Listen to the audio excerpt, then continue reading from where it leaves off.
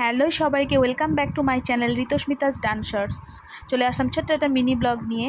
তোমাদের বলেছিলাম আমি কেন দিশানে গিয়েছি সেটা তোমাদের জানাবো আজকে। তো দেখো, তোমাদের দাদাভাইয়ের কাজ ছিল, তাই আমাকে কিছু খাবার দিয়ে গিয়েছিল আর বাড়িতে দিয়ে গেছিলো চিকেন করার জন্য। তো চিকেন আমি করেই ফেলেছিলাম। আর বাড়িতে তোমাদের দাদাভাই নেই, এখন ও কাজে বেরিয়ে গেছে। বিকেলবেলা ফিরলেই আমরা কিন্তু বিকেলবেলা 5:30 থেকে ভিজিটিং আওয়ার্স ছিল, তো আমরা গিয়েছিলাম। তুমি শোনো তাহলে কেন গিয়েছিলাম। মাসিমুর সাথে দেখা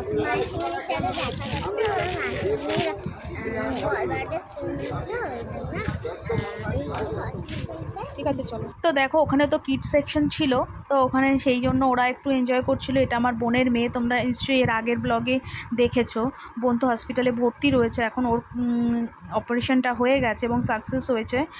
আর দেখো, আমরা ততক্ষণ একটু বাইরেটায় দাঁড়িয়েছিলাম। তো তোমাদের ব্লগটা কেমন লাগলো জানিও।